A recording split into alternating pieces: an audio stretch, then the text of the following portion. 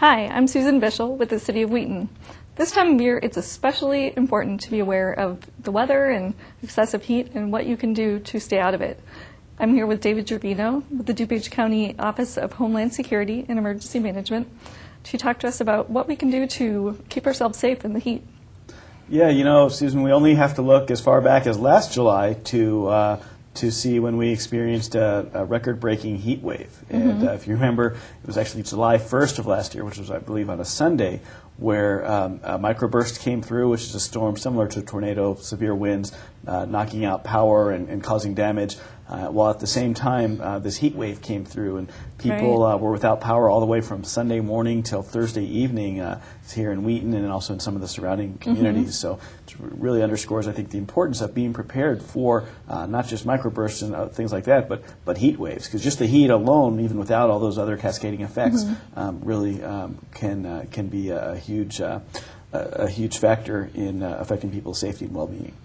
Now, is heat-related illness dangerous, or is it, a widespread emergency that emergency officials like your office take seriously?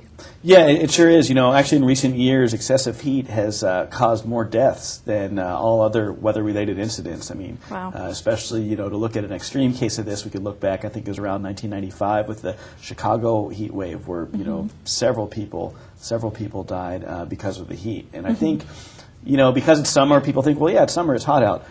People tend to maybe dismiss early warning signs, if they just feel overheated or feel a little nauseous or that type of thing, and not realize that, no, it is a serious condition, and you need to take immediate steps if you start to suffer, whether it just be heat cramps where your muscles are cramping up a little bit, to actually, overheating, and then, of course, the heat exhaustion, but then the most severe case would be a heat stroke. So don't be afraid to call 911 if someone seems kind of out of it and they've been working out in the sun, that type of thing. I mean, that's what first responders are there for. So just don't delay that, because the longer you delay treatment for this or really any type of medical emergency, the worse off someone will be in the long run. Okay. What are some common sense steps you can take to prevent getting heat exhaustion, heat stroke? What are some things you can do? Sure. Well, you want to monitor the weather forecast, and if you find out that there is an excessive heat wave approaching, or excessively high temperatures,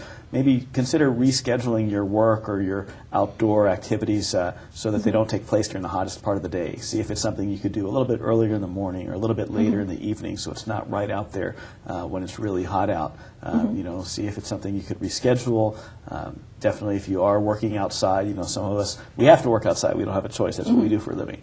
So use the buddy system. Make sure that someone knows that you're outside. Make sure that they're checking on you. You're checking on them. Make sure you're staying hydrated. If you wait till you're thirsty, you're already dehydrated. So you need to know it's hot out. I should be drinking water even before I feel thirsty. I should, eat smaller, lighter meals and space them out throughout the day, as opposed to like one big heavy meal or not eating anything at all. Okay. Are certain populations more susceptible to heat stroke or heat-related illnesses? We find a lot, especially in looking at case studies, again, back from those that Chicago heat wave back in the mid-'90s, that the majority, not all of them, but the majority of people who died and suffered heat stroke and similar related illnesses were people who didn't have robust social networks in place. So they were people who maybe lived on their own, they didn't have any family in the area, they didn't really have friends, they were people who just kind of kept to themselves, and no one checked on them. So no one came by to say, hey, you know what, it's really hot out and you don't have air conditioning, why don't you go to the mall with me, or why don't we go to the library or go somewhere to get out of this heat. And because of that, many people, unfortunately, older people and just other people in general who don't have these social connections wound up perishing because of that. Okay. Are there any programs or things that people can do if you know someone who you think might not be checked on, or is there anything they can sign up for? Or definitely, there are different programs in place. The DuPage County Office of Homeland Security and Emergency Management, for example, has a program called Operation Helping Hand. So in that, people are able to register themselves or their loved ones And then when there is an emergency, Wheaton Police or Wheaton Fire is able to request that information from us. We can provide it to them, and then they can use citizen volunteers or first responders to go and check on folks. The Sheriff's Department also has a program that people can sign up for, the Guardian program, where people can sign up and they receive an automated phone call that checks on them. And if they don't respond to the phone call, then authorities are alerted to check on people. So that's the thing. I mean, in today's day and age with the technology and the social service systems that are in place, there's really no reason why someone should have to suffer this type of tragedy like happened several years ago, because we have systems in place. It's just a matter of promoting them and letting people know that help is available, and encouraging people to check on your friends, check on your neighbors and your relatives. If someone else isn't going to check on them, you check on them and encourage them. A lot of times people are a little bit stubborn and they say, no, I want to stay in my house or whatever. But no, if there's an excessive heat wave, people need to get to a place where it's cool. So go into a shopping center, a mall, a library. Go to our website at protectdupage.org, and you can find out where some cooling centers are where you can go during the day to get out of the heat. Okay. And if people want to learn more about the Operation Helping Hand and the other programs that you're talking about, is that also on your website? Absolutely. People can go to protectdupage.org, and they can learn about Operation Helping Hand, and we'll also link to the DuPage County Sheriff's Department programs that they have in place as well. Okay. Do you have information on like some of the warning signs of heat stroke and other information, some of the red flags for if you're suffering from heat illness? Yeah, definitely. I mean, the first one I would say, you have heat cramps, which are basically muscle cramps. Next would be heat exhaustion, which typically involves the loss of body fluids, for example, through heavy sweating during strenuous exercise or physical activity, when it's hot out. Some of the signs of heat exhaustion include cool or moist, pale or flushed skin, as well as heavy sweating, headache, nausea, dizziness, that type of thing. Okay. From heat exhaustion, the next thing would be heat stroke, which is also known as sunstroke, and that's a very serious condition. That's why don't wait for someone to have a stroke. If they're suffering heat exhaustion, go ahead and call 911 and get them the help that they need. Now, I'm curious, what does the county do? What does your office do when there's an extreme heat wave? What kind of program goes into place? We proactively work with Wheaton and other municipalities in anticipation of heat waves. One of the nice things about heat, as opposed to other types of disasters like tornadoes, is with heat waves you know that they're coming. You have some advanced warning. So we'll reach out to our municipalities and we'll let them know the National Weather Service is forecasting this period of heat. So we encourage you to have places ready, cooling centers for people to go. We encourage you to put the message out on your TV stations and through other means to residents to be prepared, make sure they have water. One of the other steps that we encourage municipalities to take is to let people know that sometimes when there's excessive heat, you've got a much higher demand on the electrical grid because everyone's turning on their air conditioner. Right. And there's a propensity or a chance that there might be power outages. So make sure people are prepared, just like you would for any other type of disaster that would result in a power outage. Make sure you have water and food and things like that, flashlights with extra batteries, so that if you are without power, you're safe. Okay. Well, this kind of fall under, you've talked before about basic emergency management or emergency planning. That's right. The 3 basic steps to emergency management, or emergency preparedness, or to being ready, that we talk about every month here, is get a kit, make a plan, and be informed. So when it comes to getting a kit, you want to make sure that you have a backpack or tote bag or something, so that whether you're stuck at home and you can't get out, or you do have to leave the house, you've got this container, and in it you have things like bottles of water, non-perishable food, a weather radio, a flashlight with extra battery, a written out list of emergency contact information, and your prescriptions, as well as the dosage amount for those prescriptions.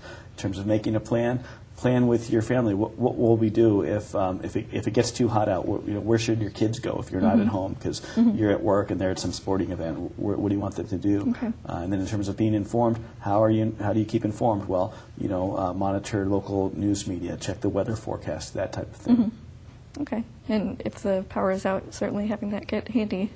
That's is right. important. Yeah, and keep in mind, as long as cell phone systems are still working, which in some disasters they don't, but many times they still do, even if you're not able to get online via your computer at home or your laptop because your internet connection may be down, If you do have a smartphone, you could still go online, possibly to protectdupage.org, and find out information in terms of where shelters are or cooling centers or other pertinent information. There's also other systems you can sign up for on our website, such as Nixle and other alerting programs that will send messages to your cell phone in an emergency, such as a heat wave. Okay. But using some of this information you've shared, hopefully people will be prepared beforehand. That's and right. know what to do. Exactly. Great. So if they go to Protect DuPage, they can find information about the programs you can sign up for and some heat illness warning signs and things like that. That's right. At protectdupage.org, we'll post a Red Cross heat wave safety checklist that people can actually download, print out, and we encourage them to sit down and take a few moments to go over that with their family so that everyone's on the same page and that everyone has a safe summer. Okay. Are there any other tips that you want to share that people might not think about when it's really hot outside? Just really being proactive. And, I know summer's a time for fun, and you want to pack as much fun as you can into the summer, because here in Wheaton it gets really cold in the winter, so once it's summertime and it's nice out, we want to go outside and do a lot of things. But by just taking some simple steps in terms of being hydrated and not overexerting yourself in the hottest part of the day, that type of thing, it can make a big difference. And so resist the temptation to show, I'm macho, I'm tough, it's this heat is no big deal for me. No, as we mentioned earlier, more people die from heat-related incidents than from any other type of weather emergency. So it's something that really should be taken seriously. How about pets? What types of considerations should you take with your pets? Sure. So, pets aren't able to as effectively cool themselves depending on the type of pet you have. If you have a dog that's got a lot of hair on it, it's easy for the dog to get overheated. So you want to make sure that you consider your pet's needs for water and for shade, and make sure that the pets do have a place, even if they're outdoor pets, out of the sun, that they can go for some relief, and make sure that they constantly have water, because they're more likely to go through it a lot quicker when it's hot out. You also want to make sure you don't leave pets ever enclosed in a car. Even just for a few minutes, it gets really, really hot in a car. And that coupled with, I know, if I go somewhere, as soon as I start to open the door and step out of my car, my pet starts panicking, or is he leaving me? What's going on? So pets, tend to get really nervous when left alone to begin with, and then coupling that with extremely high temperatures in a closed-in car, that type of thing. Don't ever leave pets, children, or anyone really in a enclosed car during periods, especially of excessive heat. You talked about keeping your pets hydrated, keeping yourself hydrated. Are there any things you should stay away from? Definitely. Water by far is the best thing to drink to stay hydrated. Sport drinks in limited quantities are okay too, but you definitely want to avoid caffeine and avoid alcohol, because those beverages actually dehydrate you. So, a lot of times people get hot and they think, man, I'm really thirsty, I'm going to go grab a drink. Well, if it's something with alcohol or something with caffeine, you may not realize it at the time, but that's actually going to dehydrate you even more. So that's why it's really important to drink water as much as possible. Okay. As far as first aid, can that come into play? Can that be helpful? Yeah, it's so important to know first aid, and so that it's really important that everyone be trained in first aid. So we really encourage people to take a first aid course, because that'll enable people not only to be able to help if there is an emergency, such as heat exhaustion or heat stroke, but it really helps because people who take a first aid class are taught the early warning signs that we went over earlier, and they're more apt to recognize that right away, so that they can summon help rather than waiting until it's too late. Okay. If people go to protectdupage.org, is there information about how to find first aid classes? Or? Definitely. Well, we have links there to the American Red Cross's website, where they can sign up for a first aid class. Okay, great. What about sunburn? Yeah, keep in mind too that in addition to heat cramps, heat exhaustion, and heat stroke, sunburn is something that we should guard against as well. Definitely exposure to the sun, especially unprotected, can lead to certain types of cancer. And I know everyone wants to have that nice tan and everything, but you really want to keep safe. So make sure that you do have sunscreen on you. The higher the SPF, the better. If you use SPF 30, for example, that would be great.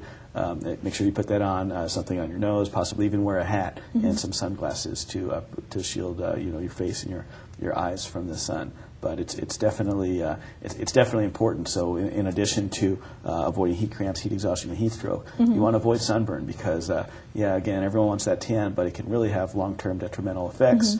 Anecdotally, I can tell you that I remember growing up working at a summer camp, and one of the guys I worked with was this tough guy who wanted to look good and everything, and would never wear the sunblock that the rest of us would wear, and now he's suffering the consequences of it. Mm-hmm. And, there's no question at all that definitely exposure to the sun can lead to certain types of cancer. So, as much as you want that tan, it's really important to protect yourself now so that you can have a full and fun life later. Great. Well, I think all of these tips have been really useful, especially when the weather can be quite hot and humid around here.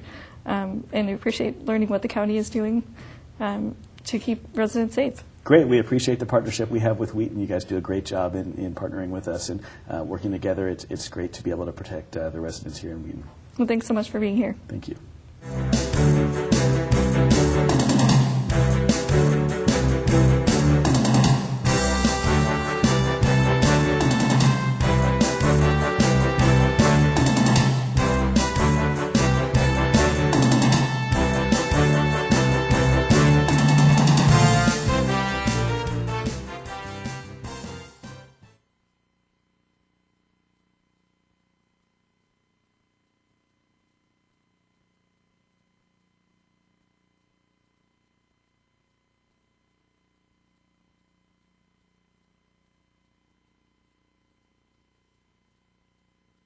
Hi, I'm David Gervino with the DuPage County Office of Homeland Security and Emergency Management, encouraging you to take steps to be prepared for excessive heat.